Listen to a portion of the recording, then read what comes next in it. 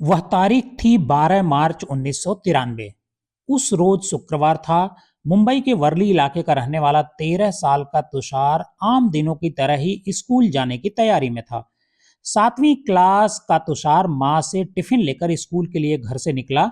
थोड़ी देर बाद उसकी माँ भी काम पर निकल गई। वो एक फैक्ट्री की कैंटीन में काम किया करती थी।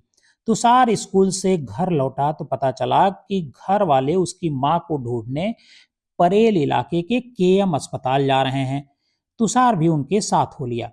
अस्पताल में घुसते ही तुषार ने देखा कि 3 कैमरे सैकड़ों लोगों के खून से सने और शरीर के टुकड़ों से भरे पड़े हैं।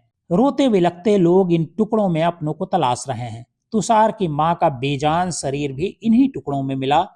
कई हिस्से तो मिले ही नहीं। यहीं तुषार को पता चला कि मुंबई में कई जगह बम ब्लास्ट हुए हैं, जिसमें सैकड़ों लोग मारे गए हैं। तुषार की मां लोकल बस से घर लौट रही थी। दोपहर 2:45 पर जैसे ही बस वर्ली के सेंचुरी बाजार बस स्टॉप पर पहुंची, वहां आरडीएक्स से भरी एक टैक्सी में भयानक विस्फोट हुआ। टैक्सी के साथ आसपास के 5 बसों के परखच्चे उड़ गए। ये मुंबई में हुए सीरियल ब्लास्ट में 5वां धमाका था। इस अकेले विस्फोट में 113 लोग मारे गए थे। पहला ब्लास्ट 1:30 बजे बॉम्बे स्टॉक एक्सचेंज की 28 मंजिला इमारत के बेसमेंट में विस्फोटक से लदी कार में हुआ था, जिसमें 50 लोग मारे गए थे। ये सीरियल ब्लास्ट का भारत में पहला मामला था और इसी धमाके में भारत में पहली बार आरडीएक्स का इस्तेमाल हुआ था।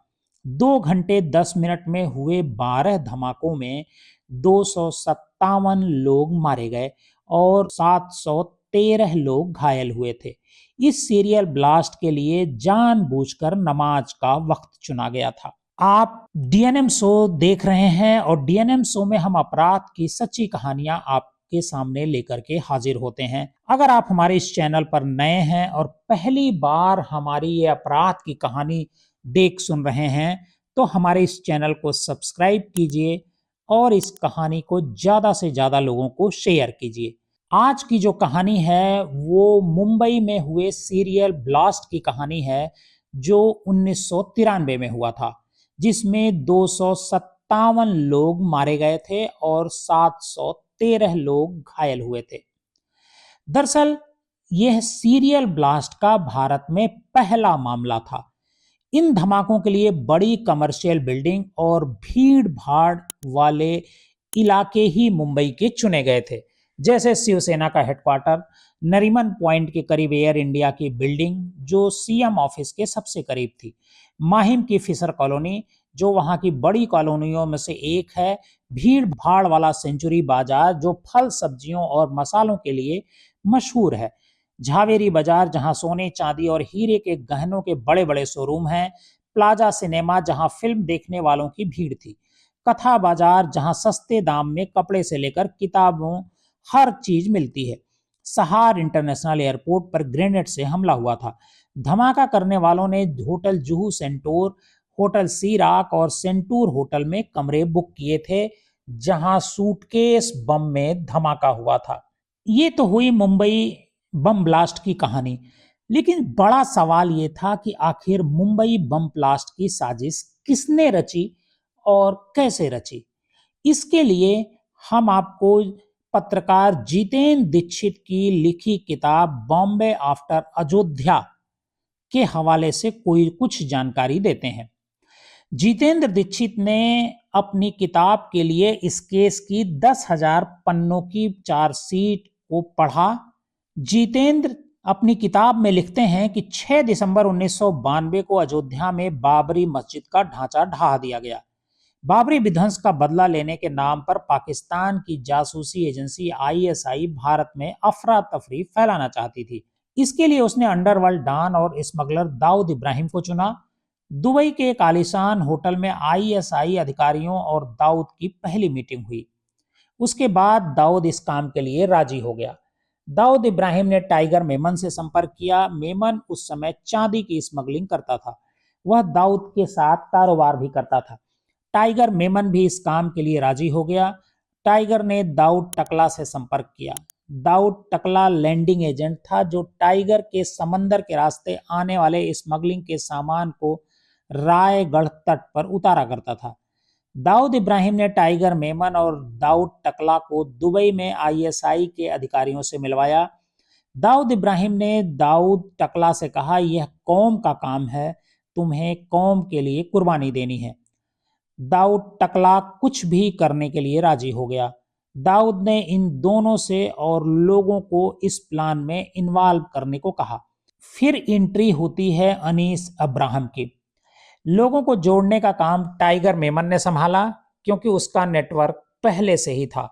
कई लोगों को AK-47 चलाने, RDX से बम बनाने और हथगोले फेंकने की ट्रेनिंग के लिए पाकिस्तान और महाराष्ट्र के कोकण के सिंधाया गांव भेजा गया। इस काम में ज्यादातर लोग टाइगर मेमन के थे। सिर्फ मुस्तफा दौसा, अबू सलेम, अनीस इब्राहिम सीधे दाऊद से जुड़े हुए लोग थे। अनीस इब्राहिम बॉलीवुड एक्टर संजय दत्त का दोस्त था। अनीस ने ही संजय दत्त को AK-47 सप्लाई की थी। टाइगर मेमन हथियारों का मेन सप्लायर था। उसका भाई याकूब मेमन भी इसमें शामिल था। उसे इस प्लानिंग की पूरी जानकारी थी लेकिन उसने छिपाया। बाद में याकूब मेमन को फांसी हुई। टाइगर मेमन की पत्नी की मौत हो चुकी है और वह खुद जेल में है।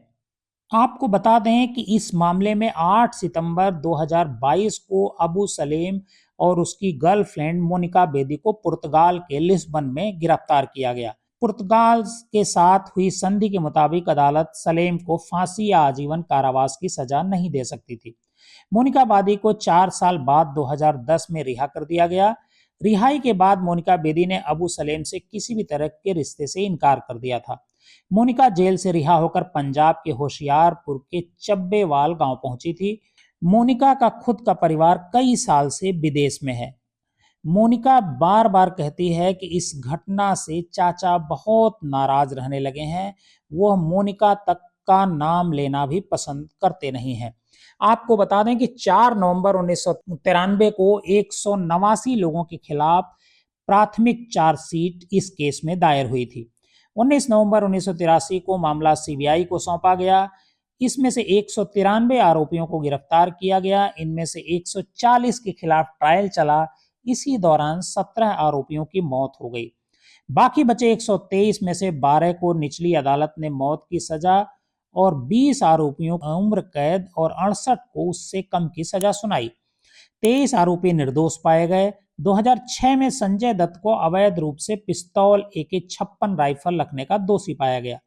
21 मार्च 2013 को सुप्रीम कोर्ट ने याकूब मेमन की मौत की सजा कायम रखी। 10 दोषियों की मौत की सजा उम्र कैद में बदली। 18 में से 16 की उम्र कैद अभी भी बरकरार रखी। संजय दत्त को 5 साल की जेल की सजा सुनाई गई और उसे 4 हफ्तों के भीतर उस समय सरेंडर करने को कहा गया। 30 जुलाई 2015 को याकूब को फांसी पर लटका दिया गया। इस केस का तीसरा ट्रायल 2017 में शुरू हुआ जिसमें अब तक केवल 2 गवाही हुई है।